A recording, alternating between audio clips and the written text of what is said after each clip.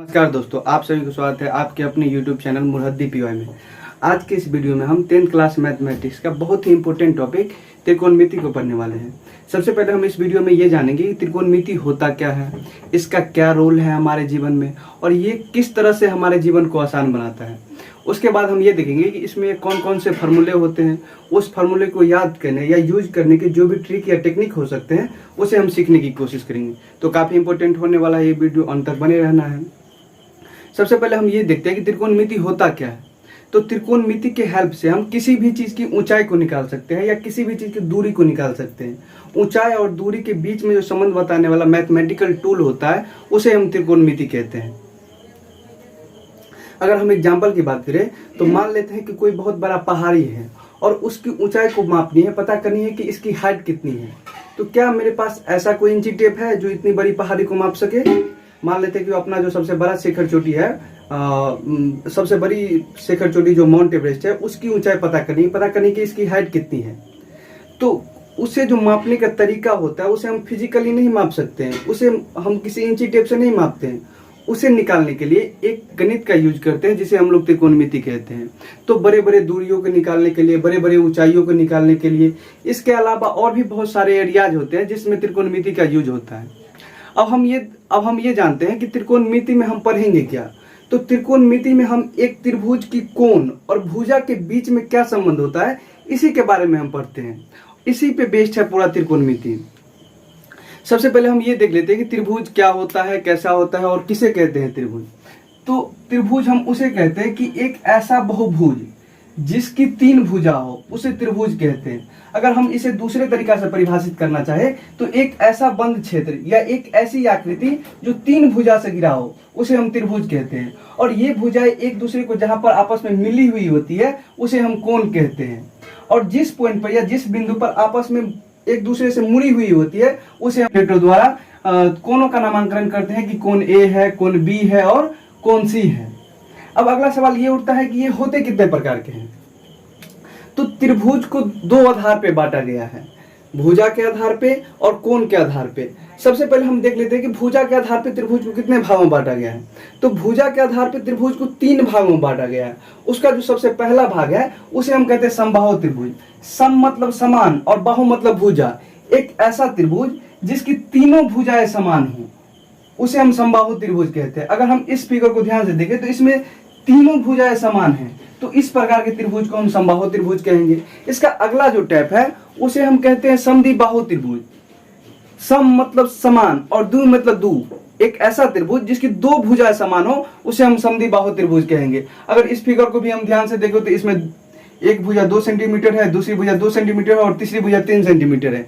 इसमें 2 भुजा समान है और एक तीसरी जो भुजा वो अलग है। तो इस प्रकार के त्रिभुज को हम समद्विबाहु त्रिभुज कहेंगे। इसका अगला जो टाइप है उसे हम कहते हैं विषमबाहु त्रिभुज।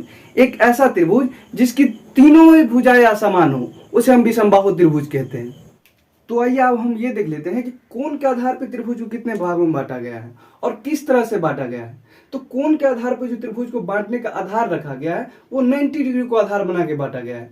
जिस त्रिभुज का अगर एक कोण 90 डिग्री है उसे अलग कैटेगरी में रखा गया। अगर जिस त्रिभुज का एक कोण 90 डिग्री से बड़ा है उसे अलग कैटेगरी में रखा गया। अगर जिस त्रिभुज का तीनों ही कोण 90 डिग्री से छोटा हो उसे एक अलग कैटेगरी में रखा गया। तो सबसे पहले हम ये जानते हैं कि त्रिभुज का अगर एक कोण 90 डिग्री हो तो उसे हम क्या कहते हैं। तो त्रिभुज का एक कोण अगर 90 डिग्री होता है उसे हम समकोण त्रिभुज कहते हैं। एक ऐसा त्रिभुज जिसका एक कोण 90 डिग्री हो अर्थात 90 डिग्री हो उसे हम समकोण त्रिभुज कहते हैं। अगर इस फिगर को आप ध्यान से देखेंगे तो इस त्रिभुज का एक कोण 90 डिग्री है, तो इस प्रकार के त्रिभुज को समकोण त्रिभुज कहा जाता है। अब हम ये देख लेते हैं अगर त्रिभुज का एक कोण 90 डिग्री से बड़ा हो तो उसे हम क्या कहेंगे। अगर त्रिभुज का एक कोण 90 डिग्री से बड़ा होता है उसे हम अधिकोण त्रिभुज कहते हैं। अगर इस फिगर को अगर ध्यान से देखेंगे आप तो 90 डिग्री कैसे बनता है। अगर हम किसी सरल रेखा पर सीधी लंब डाल देते हैं तो वो 90 डिग्री बनता है। अगर ये सरल रेखा और लंब डाला गया तो ये 90 डिग्री है, तो इससे ये बाहर है तो 90 डिग्री से अधिक है, तो इस प्रकार के त्रिभुज को हम अधिकोण त्रिभुज कहते हैं। और अगला जो पार्ट है न्यूनकोण त्रिभुज। एक ऐसा त्रिभुज जिसका तीनों ही कोण 90 डिग्री से छोटा हो, तो इस प्रकार के त्रिभुज को हम न्यूनकोण त्रिभुज कहते हैं। अगर इस फिगर को हम ध्यान से देखेंगे तो इसमें तीनों ही कोण 90 डिग्री से छोटा है, तो इस प्रकार के त्रिभुज को हम न्यूनकोण त्रिभुज कहेंगे। अब सवाल ये उठता है कि इसमें हमें पढ़ना क्या होता है। तो इसमें जो हमें पढ़ना होता है वो सिर्फ समकोण त्रिभुज के बारे में पढ़ना होता है। तो आइए हम आप जानते हैं कि समकोण त्रिभुज क्या होता है, इसके कौन कौन से अंग होते हैं और इसके अंग के कौन कौन से नाम होते हैं। तो आइए जानते हैं। आइए हम अब ये देख लेते हैं कि समकोण त्रिभुज क्या होता है, इसके कौन कौन से अंग होते हैं। तो समकोण त्रिभुज में जो एक कोण होता है वो 90 डिग्री का होता है। अगर ये कोण 90 डिग्री है तो ये और ये मिला करके 90 डिग्री होना चाहिए, क्योंकि हम जानते हैं कि त्रिभुज के तीनों कोण का योग 180 डिग्री है, उसमें से ये अकेला 90 डिग्री है, तो ये दोनों मिला करके तो 90 डिग्री होना चाहिए। हम ऐसा मान लेते हैं कि ये कोण 90 डिग्री है और त्रिभुज के समकोण त्रिभुज का जो सबसे बड़ी भुजा होता है उसे कर्ण कहा जाता है, और थीटा के जो सामने वाली भुजा होती है, थीटा के जो सामने वाली भुजा होती है उसे लंब कहा जाता है। अगर ये कर्ण है, ये लंब है, तो बाकी अकेला जो बच गया उसे आधार कहा जाता है। अब सवाल ये उठती है, क्या सर ये हमेशा लंब रहेगा और हमेशा ये आधार रहेगा?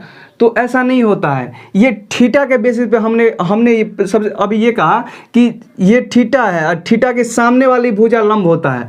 अगर हम ये करें कि थीटा को अगर यहाँ हम दे तो थीटा जब यहाँ चला जाएगा तो तुम ही बताओ थीटा के सामने वाला भुजा कौन है? ये भुजा है, ये भुजा नहीं, ये भुजा है। तब अब थीटा के सामने वाली भुजा लंब होगा, तो ये भुजा लंब नहीं होगा, अब ये भुजा लंब हो जाएगा।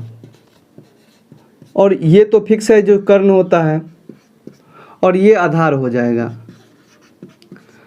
अब हम ये करते हैं कि अगर हम इस त्रिभुज के तीनों भुजाओं को अगर आपस में भाग देते हैं तो कुछ ना कुछ तो अनुपात आएगा। हम यहाँ लंब को अगर कर्ण से भाग देते हैं, अगर लंब को कर्ण से भाग दिया, एक समकोण त्रिभुज में अगर लंब को कर्ण से भाग दिया जाता है तब जो अनुपात आता है उसे sin थीटा कहा जाता है।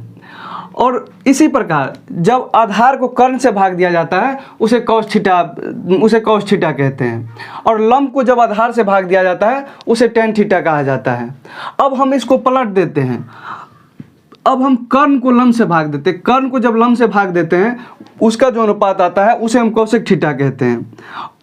अब इसको भी पलट देते हैं, अगर कर्ण को जब आधार से भाग देते हैं तब जो अनुपात आता है उसे हम sec थीटा कहते हैं, और इसको भी अगर पलट देते हैं तब जो आधार को जब लंब से हम भाग देते हैं तब जो अनुपात आता है उसे हम cot थीटा कहते हैं। तो इसे ही हम त्रिकोणमितीय अनुपात कहते हैं। तो 6 त्रिकोणमितीय अनुपात हुए। अब इसे याद रखना है, ये त्रिकोणमिति की रीढ़ की हड्डी कहा जाता है इसे। अगर ये आपको याद नहीं है तो आप त्रिकोणमिति में आगे बढ़ नहीं सकते हैं। और त्रिकोणमिति का इतना यूज है, अगर आप आगे चल करके 11th या 12th में मैथ लेने वाले हैं तो बगैर त्रिकोणमिति का वहाँ पे पॉसिबिलिटी ये नहीं है। अगर यहाँ आगे जाकर के वहाँ पे 11th या 12th में डिफरेंशिएशन बनाया जाता है, इंटीग्रेशन बनाया जाता है, तो इसमें पूरा त्रिकोणमिति का यूज होता है। तो इसे रटना है। इसे रटने के लिए एक ट्रिक भी है। यहाँ हम देखो L को लंब कहते हैं, आधार को A को आधार कहते हैं और K को कर्ण कहते हैं। ऐसे इसको रटना, जो LAL लाल और KKA लाल का का। तो यहाँ देखो लाल का का, तो L बट्टा K यानी कि लंब बट्टा कर्ण बराबर होता है sin थीटा। A/K यानी कि आधार बाई कर्ण बराबर होता है cos थीटा।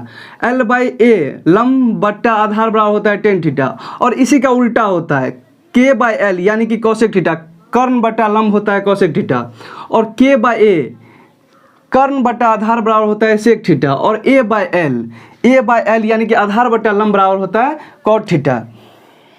तो अब जो अगली बात जाननी है वो एक 10th क्लास का ही परिमेय है जिसका नाम है पाइथागोरस परिमेय। तो पाइथागोरस परिमेय के बारे में जाननी है, तो आइए जानते हैं कि पाइथागोरस परिमेय किसे कहते हैं। तो पाइथागोरस परिमेय कहता है एक समकोण त्रिभुज का जो सबसे बड़ी भुजा होती है, जो सबसे बड़ी भुजा कर्ण होती है, अगर हम उसका वर्ग करें तो वन्य दो भुजा आधार और लंब के वर्ग के योग के बराबर होता है।